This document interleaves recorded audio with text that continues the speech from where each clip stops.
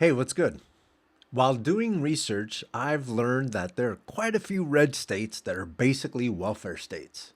And those states that, you know, they only survive because of the money that they get from blue states, they have been trying to pull dirty tricks like redistricting and trying to fix the game to where only Republicans basically win all the time.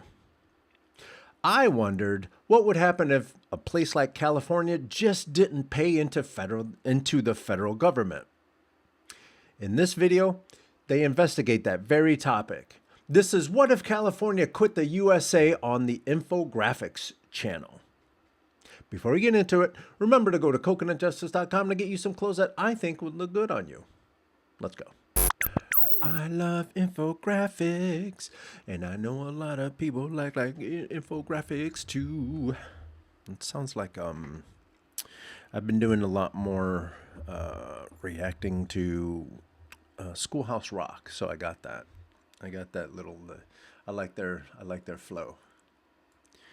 I love infographics. I hope you like infographics too. Let's see. California is one of the largest economies on the planet. It's home to 40 believe we're million fourth. people, a booming tech scene, Hollywood, major ports, and vast farmland. It's a world power in its own right. It even runs on its own power grid. Breaking away from the U.S. would send shockwaves far beyond its borders, and that possibility may be nearer than you think. On today's episode of the Infographics Show, we're asking what would really happen if California became its own country. Many Californians, from politicians to everyday residents, feel their state's values are drifting away from the rest of the U.S., and even that it's under attack. The talk of secession was once tossed around almost like a joke, but now it's become increasingly serious in nature. A new poll by YouGov Florida be in talking June mad 2025 was reported on by the you're Independent Florida. California Institute, or ICI, and found that 44% of California adults would vote to leave the United States and let their state become an independent country. That's a record high result that has never before been seen as long as these polls have been conducted. Another poll by ICI says that 56% of Californians agree with the statement that the state would be better off if California peacefully seceded from the U.S. at some point in the next 10 years. This has led to groups advocating for an independent California republic and ideas like the Cal-Exit movement. Marcos Ruiz-Evans, a secession advocate from Fresno, so they're says, trying to do "I Brexit." think California values are completely different from American values. They've been that way for a long time. But what would seceding mean for California? What would actually happen step by step if it were to become its own nation? And perhaps even more importantly, how would the U.S. respond? Well, considering that as of April 2025, the International Monetary Fund, IMF, found that an independent California would be the fourth largest economy in the world, beating even Japan, the state seceding would have a tremendous impact on the U.S. economy, which would immediately lose $4.1 trillion, or 14% of its GDP. I wonder if they're going to talk about how many states would go under. They would go bankrupt if not for what Trump called it, the failing state of California. He lives in Florida. If not for Disney and drugs. The drug trade in the 80s built Florida. Mentioned, the U.S. would also lose almost 40 million citizens, around 11.7% of its population. And the Golden State, or California Republic's future, is looking even rosier based on current trends. The state's economy has grown much faster than the U.S. economy overall. And imagine not having the weight of these dead-ass states. Imagine. Percent versus 75% in the last 25 years of economic growth. When it comes to per capita income, California's growth is even stronger, outpacing every other large state over the long run. That may be because the state's labor market attracts people from all over the country and the world. Between 1998 and 2023, its workforce grew by 29%, adding 4.1 million jobs compared to the national population growth of 18%. Given all that, the idea that the U.S. would allow California to go on its merry way without pushback seems ludicrous. Never mind that legally both the U.S. and California Constitution are fundamentally against secession. Attorney Annie Lofthouse points out that the state's constitution says that California is inseparable from the U.S. and Yeah, I think if California left the U.S., the majority of the U.S. would fail. But there's a lot of benefits to being part of the United States. But the thing is, y'all got to stop talking shit. You guys need to pay attention. We have so many universities and blah blah blah blah blah and scientists and all the things. I'm not trying to bag on where you're from. I'm really not.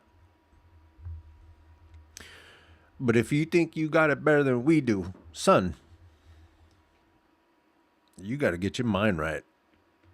American Constitution has no actual mechanism that allows a state to secede. In fact, when states have tried in the past, it hasn't gone so well. Besides that tiny conflict known as the Civil War, secession movements also resulted in a Supreme Court case. I don't know if it was the last one, but it's definitely one of the last ones. Key West tried to secede, and I think it lasted like a day and a half. It was something ridiculous like that. As White v. Texas. And in 1869, the highest judicial body in the land ruled that states cannot secede unless through revolution or with the consent of all the other states. So either the other 49 states work things out, agree on a political path forward, and let California go peacefully, or it leaves through a violent, bloody coup. And right now, one of those options looks a lot more likely than the other. In 2025, the leaders of the Cal-Exit movement tried another mechanism for secession. They wanted to collect the almost 547,000 signatures needed to put the question of secession on the 2028 ballot. If the question was on the ballot and half of California's registered voters showed up, a 55% yes vote would amount to a no-confidence verdict in the United States. That result would trigger an examination of how California might function as an independent country. Though the group failed to get the staggering amount of signatures required for the issue to appear on the ballot, Cal-Exit leaders are simply regrouping and trying again. If California wanted to break free, the federal government would likely refuse to recognize the state's secession. California would have to forcefully close down its borders and declare martial law to gain independence. And that would lead to the U.S. federal government sending its More army walls. and national... We need more walls to keep you... You guys are going to go hungry. All of those farmers that don't have illegal aliens anymore. Or I can't even say illegal aliens.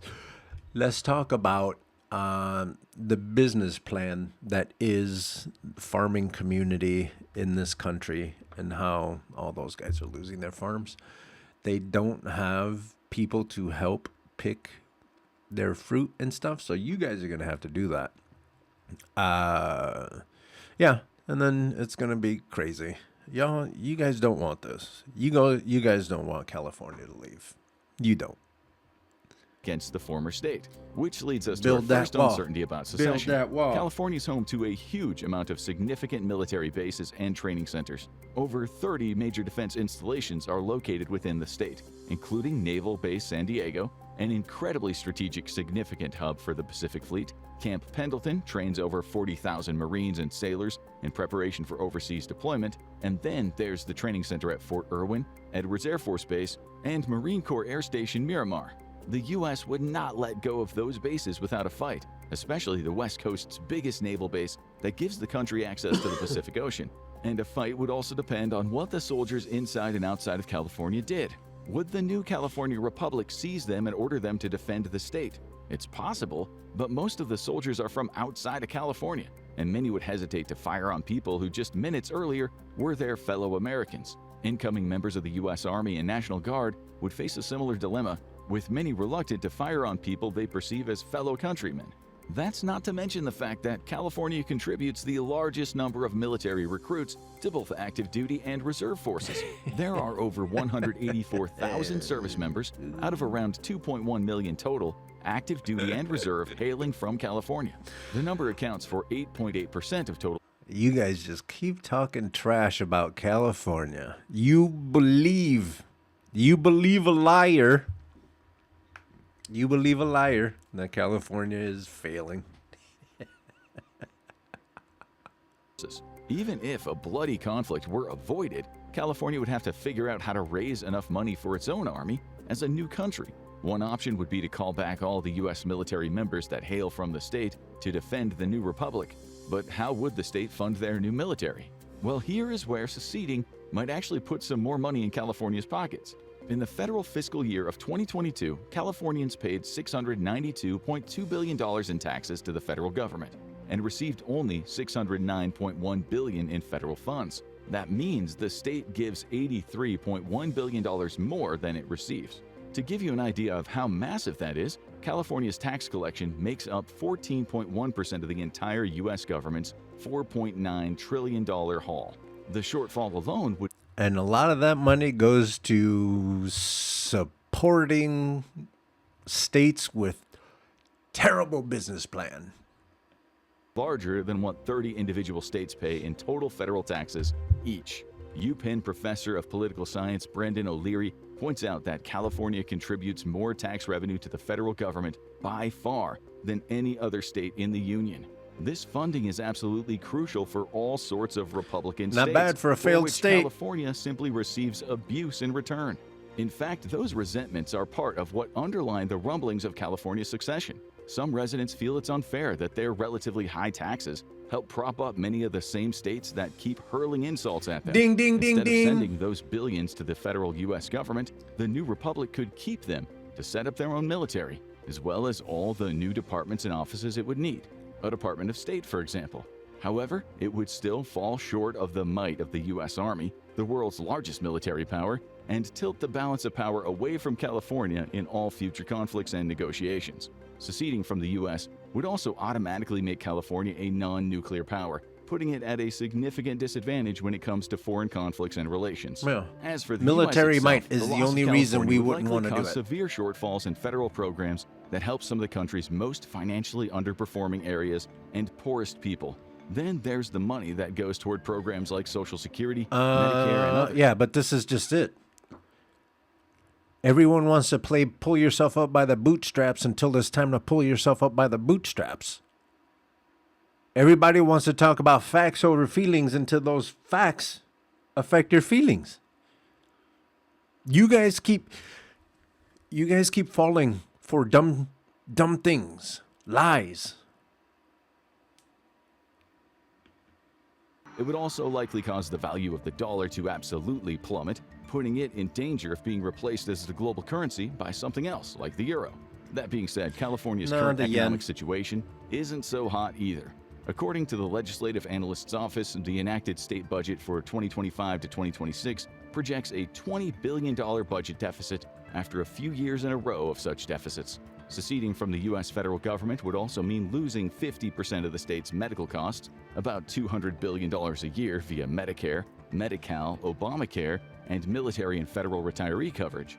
In addition, the federal government pays $100 billion in Social Security to California recipients. Citizenship would also immediately become an issue. Part of the reasons for secession had to do with the majority of Californians disagreeing with the current actions of the U.S. federal government. How many would choose to stay in California if it became its own country?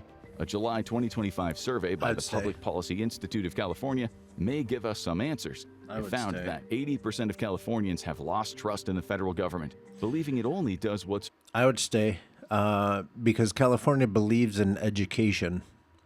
That alone. If you don't care about education, educating your population, I don't want to be a part of whatever group that is.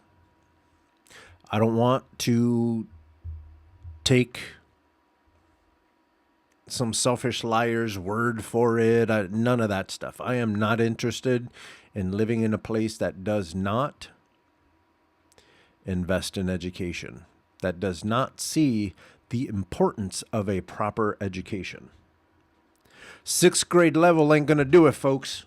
6th grade level ain't going to do it. either some of the time or not at all. This represents a 12% increase in distrust of the U.S. government since September 2024. Opposition to the federal government in California is only increasing under the current administration, so it's reasonable to think that at least 80% of the population, and perhaps even more, would choose to stay and become California citizens in the new republic. One option would be to maintain dual U.S. citizenship, but this would require a peaceful secession process. If the state left the Union through violent means, Californians who opposed the new republic and wanted to return to the U.S. would likely have to apply for citizenship again and face rigorous screening in the process. The question of Yeah, we got to make citizenship sure becomes you're not from Florida. We got to make sure you're not from Texas. The two biggest shit talking places, Florida and Texas. Meanwhile, Texas's infrastructure fails almost every year. And Florida bans books, and now they're walking around with guns. Free and clear.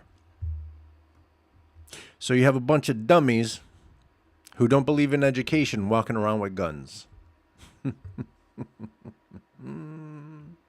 more complicated when you factor in property and family ties. Many U.S. residents own secondary homes in California, or primary homes there and secondary somewhere else.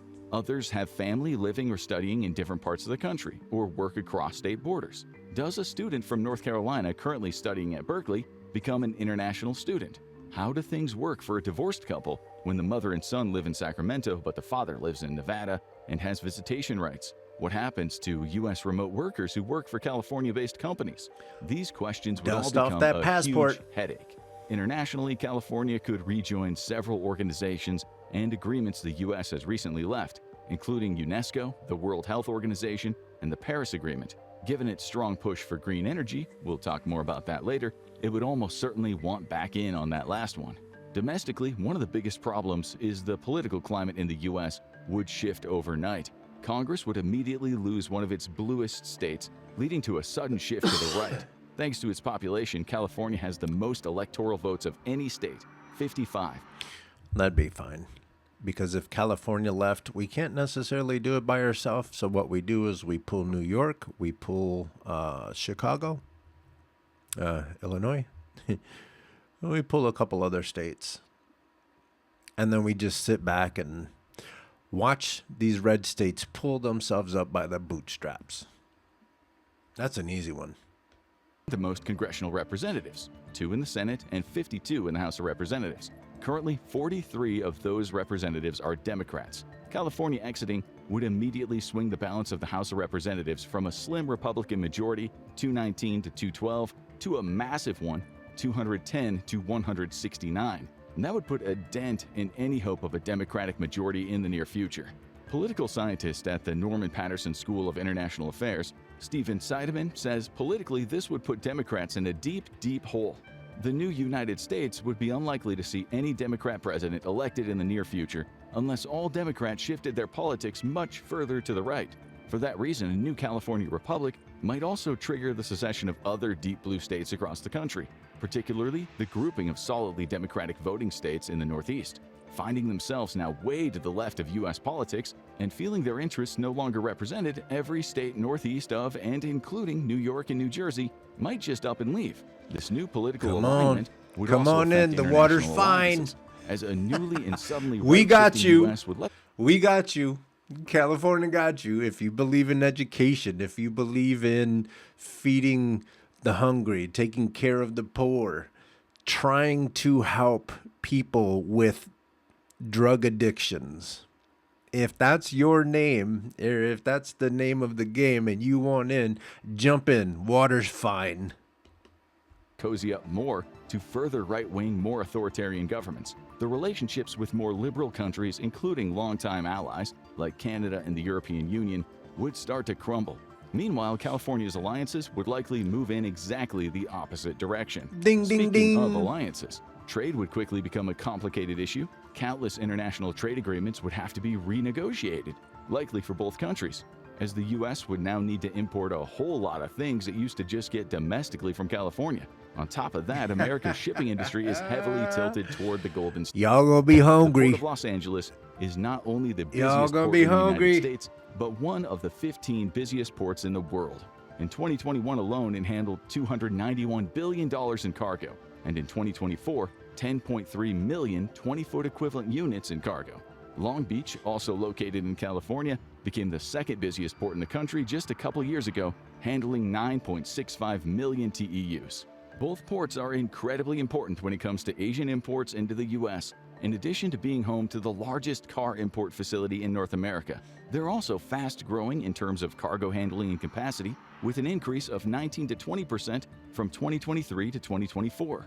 In total, California had a total of 14 ports that handle 40% of all U.S. containerized imports and 30% of all exports. The U.S. could shift some of its imports and exports to ports like Seattle, but other harbors and facilities would have to immediately start building up their capabilities to Seattle's even going to have end up a coming shot with of us. handling the trade California's ports currently Seattle's do. coming with us. And trade with the U.S. would have to be figured out as well. Does the U.S. do an EU-like agreement with the new California Republic, where goods flow easily and duty-free between the two countries?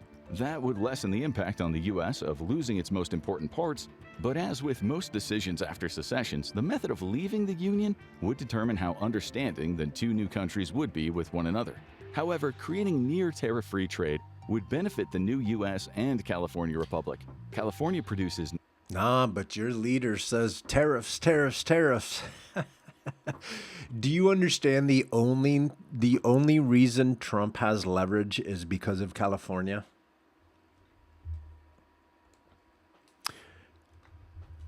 I'm going to say that again. The only reason Trump has any global leverage is because of California. Because let me tell you something.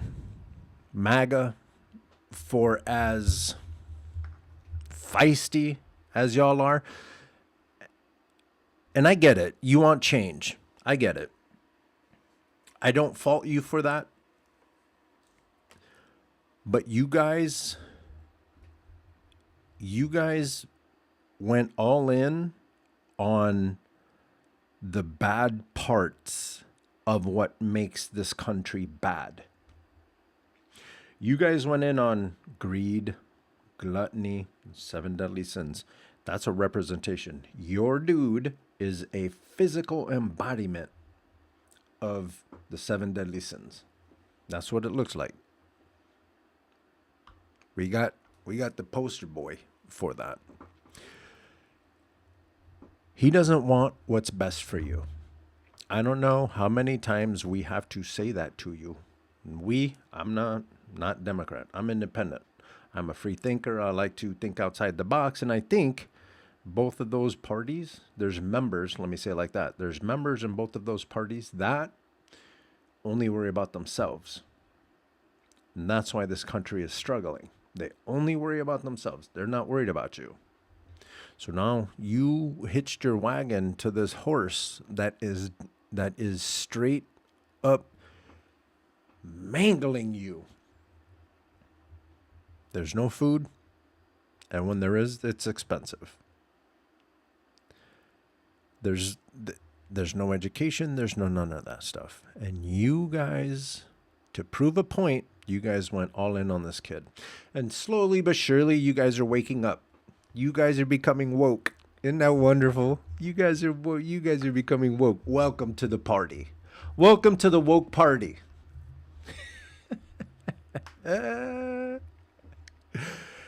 Because you think that you have what it takes for these folks that are in charge, and you just don't. How many times have you been invited to this raggedy ass ballroom that Dum Dum is making? How many times have you been invited, with the exception of these rallies that are somewhat affordable, and even then, oh boy, mistreated you guys. From what I understand, there was a rally down in Southern California, where there was no buses to take you guys back to the parking lot. But you guys keep whipping this horse, and this horse ain't taking you where you think you're going. You just need to hear it over and over and over again. He does not have your best interest in mind. He wants a private jet worth $400 million. He wants a ballroom. He wants golf courses. How many golf courses have you guys gone to? I know there's gonna be a couple of you that, I've been. Okay, dum. the majority of you guys, let's just say the majority of you guys that went climbing on the Capitol like a bunch of monkeys, you guys, how many times have you been to a Trump golf course, hotel, anything like that? Some of you got some shiny shoes. I guess. If that's what you, if you want shiny shoes instead of an education, I guess you keep voting the way that you keep voting. Percent of the country's current international exports of goods, totaling $179 billion in 2023, and 20% of its exports of services, totaling $179 billion in 2022. This includes 18% of computer and electronic products, as well as 17% of U.S. agricultural products. That looks like a MAGA science book. A MAGA science book is right there. They show you a picture. You say, it's corn. And then, do you think this is the IQ test that your boy, your dum-dum took? He's like, oh, I'm a genius. And they show him this picture. He said, it's corn. Yes, you're a genius. The state also produces 11 to 13% of the U.S.'s domestic food supply, delivering over a third of the country's vegetables and 3/4 of its fruits and nuts. If it became a different country, any tariffs between the U.S. and the California Republic would cause grocery prices throughout the country to skyrocket, as the nearest producer of many top commodities would suddenly be exporting them across borders. Also, there's the matter of... Yep, so think about that. Think about if California just said, screw it, and left. You guys need to get your food from somewhere. You're going to go to Mexico. And then Mexico is going to be like, what do you guys say about this wall? What do you guys say about all these people getting picked up in the streets, ICE and stuff like that? You're all going to find yourself in a pickle. If this were to happen, you're going to find yourself in a pickle. U.S. soft power, much of it driven by tourism and the global promotion of its most famous cities and states. And most of all, its media. Every major studio and most production companies are currently based in California. It's likely that the U.S. would lose its lead in pop culture and soft global media influence that it has now. While nobody's paying attention. Nobody's paying attention to these goofy ass states that don't have anything. When's the last really good thing that you saw? What's a good one?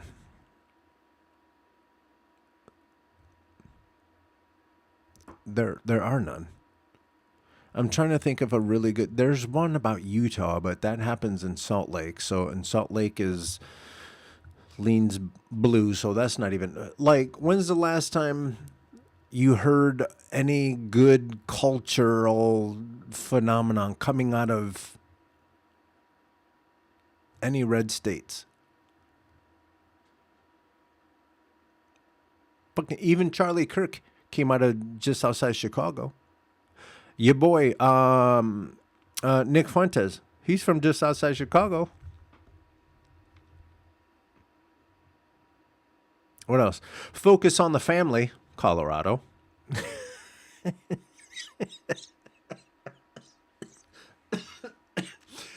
Y'all are a mess. Ahead in that industry. And speaking of California-based industries that make the current world turn, Silicon Valley would suddenly find itself outside of the U.S., meaning the top tech companies of our time, Google, Apple, Meta, Nvidia, just to name a few. And then we would have to import American lazy. What did Trump say? Trump and Elon and those guys said, you have no talent, you're lazy, and you're dumb. So then we would have to go to the red states and be like, all right, you dumb, lazy, you untalented, dumb, lazy people. We got some jobs for you. How do you let this dude talk? He's in your face talking about you like that, in your face. Now be operating out of California, not the USA. The US would actually have huge issues trying to negotiate replacements for those industries, as globally there really aren't any. Silicon Valley and Hollywood just aren't the national leaders in tech and media, but the global leaders as well. Though all of this makes it seem like California is set up to thrive, it faces its own huge hurdles in its newfound independence, in addition to some of the challenges mentioned before. How does the state rewrite its laws? How does it negotiate new trade deals with plenty of leverage but not the same pull it had as part of the world's biggest economy and military power? Not to mention the significant percentage of Californians that did not want to secede would cause an immediate problem for the newfound country. Would they move to what remains of the United States, start their own secession movement, or simply try to overthrow the new California government? Even for industries thriving in California, some companies within them, like Tesla most famously, have already started moving to different states to take advantage of more favorable tax laws. It's possible that California seceding would trigger a mass exodus of companies going into other U.S. states with lower corporate taxes. That being said, California still leads the nation by far in Fortune 500 companies, 58 in total, compared to... Go do that then. So let's just say Tesla didn't move. Let's just say some of these companies did move to fill in the blank. You're going to have to import the people that live here to go there.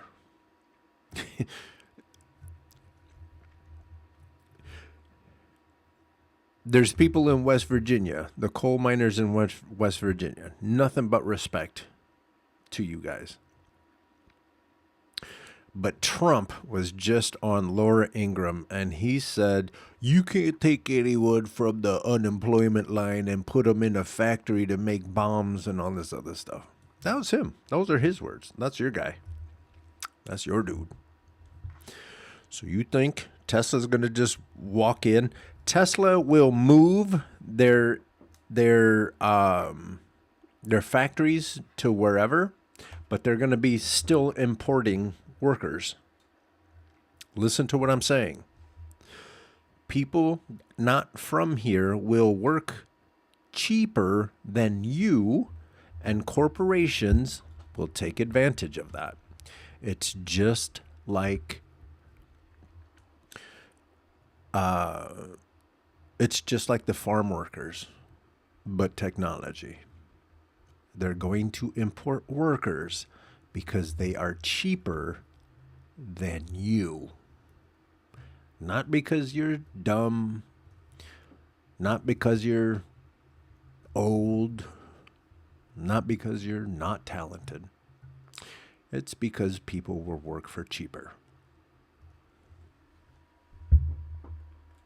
4 in Texas and 53 in New York. It's also home to 33 of the world's 50 leading AI companies, a quarter of all patents and conference papers in the field, and it ranks first in the U.S. for access to venture capital and high-tech industries. Not to mention, it's home to some of the country's best scientific minds at universities like Caltech, Berkeley, and Stanford, and institutions like NASA's Jet Propulsion Laboratory. Businesses might have tax incentives to leave the California Republic, but they'd also be giving up massive venture capital funding, a highly educated workforce, and a wealth of tech and scientific innovation. Told you. On top of that, many California businesses and U.S. businesses in general have been unhappy with the higher prices paid under the current U.S. administration's changing tariff policies and the resulting economic damage. In just the first 6 months of 2025, California is estimated to have lost $16 billion in revenue, both directly and indirectly as the result of tariff policies. This prompted Governor Gavin Newsom to file a lawsuit challenging the president's ability to enact tariffs without oversight or congressional approval. If the federal government keeps pushing anti-free trade, high tariff policies, while the new California Republic strikes better deals with major partners like China, many businesses might choose to stay. Those favorable agreements could outweigh the downside of paying slightly higher taxes. There are less prominent but equally as important issues to contend with as well.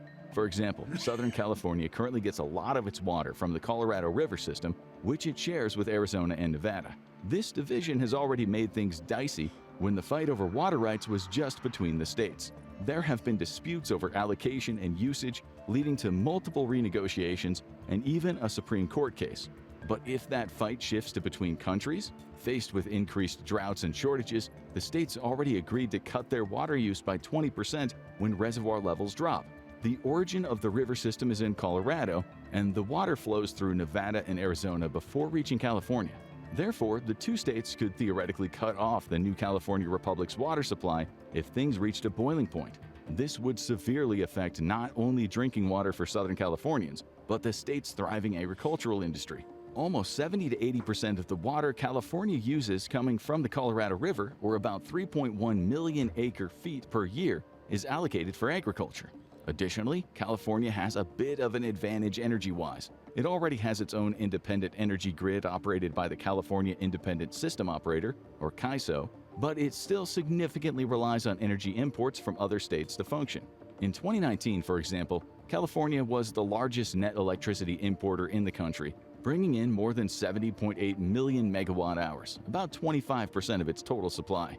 The state also imports 76% of its crude oil and 93% of its natural gas. That being said, almost all of those imports come from other countries, not other parts of the U.S., so secession may not affect California's energy dependence as much as others may think. California has also been focusing on building up its green energy production. The sunny state is fast ramping up its clean energy production capabilities, particularly when it comes to solar power. In 2023, the state achieved a new goal of being powered by 2/3 clean energy. That's compared to only 41% in 2013. We're going to have all these. California added another we're going to have all these 7,000 windmills. megawatts So, of clean capacity according to the administration, we're going to catch carbon cancer. neutrality by 2045. Idiot. In fact, this is yet another industry California leads nationally, ranking first for its huge clean energy workforce of almost 545,000 jobs in 2023, 7 times more than fossil fuel jobs available in the state. As much of the world moves toward clean energy, this focus on renewable energy may help California's economy surge even further ahead. There's also the matter of immigration. Historically, California has been more pro-immigration than the average American state. According to the Public Policy Institute of California, a massive 27% of the state is foreign-born, compared to 12% on average for the U.S. as a whole. It's reasonable to believe that California, especially with its booming industries and thriving economy, would adopt more pro-immigration policies. This could, on one hand, cause a boom in population that the state would have to struggle to support in terms of housing, infrastructure expansion, and services. But it could also trigger a brain and labor drain across the rest of the U.S. as workers in tech, entertainment, aerospace, and agriculture move to be closer to the new hub of their industry. Others might simply take advantage of California's strong job market and economic opportunities. Unfortunately, this would also have the side effect of increasing already unaffordable housing prices in the short term. That's kind of what's happening now. That's kind of what's happening now. Everybody wants to live here because it's, one, it's beautiful. Two, there's a lot of potential work. We're learning that we're losing those jobs to contractors and stuff, but maybe a readjustment would have to happen. Yeah, it just kind of is what it is. If nobody wanted to live here, how affordable is a house in the middle of nowhere, right? It's expensive because people want to live here. The potential to make a good living, good, clean living, People are attracted to places that try to have clean air, clean water. No racism. The potential for a good life. That's why. Out. According to the California Association of Realtors, California already has the second highest median home prices in the country, behind only Hawaii, with the median sale price for single-family homes in April 2025 being just over $904,000. Overall, it's clear that California may be capable of secession on paper, but the practical challenges of independence, as well as the political, economic, and logistical costs, would be huge for both California and the United States. Then again, countries have managed to secede before, so who knows? If California went its own way, it could set off a chain reaction across the nation. Yeah, that was interesting. That was really cool to see. Not that I want California to succeed. I really don't. I think we have a good thing happening. I think we have a good thing going. We got to get away from this pull yourself up by the bootstraps silliness. We got to there's a lot of things that need to be done. Citizens United needs to be abolished. More funding for education. there, there's a lot of things that need to happen, and some of our citizens just keep getting tricked into some silliness. And again, come to find out, everyone's trying to badmouth California, but if not for California, there's a lot of you states that would not exist. It would be terrible. It would be a terrible thing. But that's just it. Like, California knows that there are important things like education and all that stuff, right? But the majority of us are willing to help you to have a better life. And then you listen to your political leaders that are saying California is a failed state and all this stuff. If not for California, your states would be all but gone. But we're the failed state. That doesn't make any sense. If you like this video, please give it a thumbs up, share it with each and every one of your friends. And if you want to come hang out with me, watch videos while I work on creative projects, hit that subscribe button. And then change the little bell icon so it says all. That way, every time I come out with something new, you'll be alerted. Don't forget to go to coconutjustice.com to get you some dope gear. And with that, I'm out.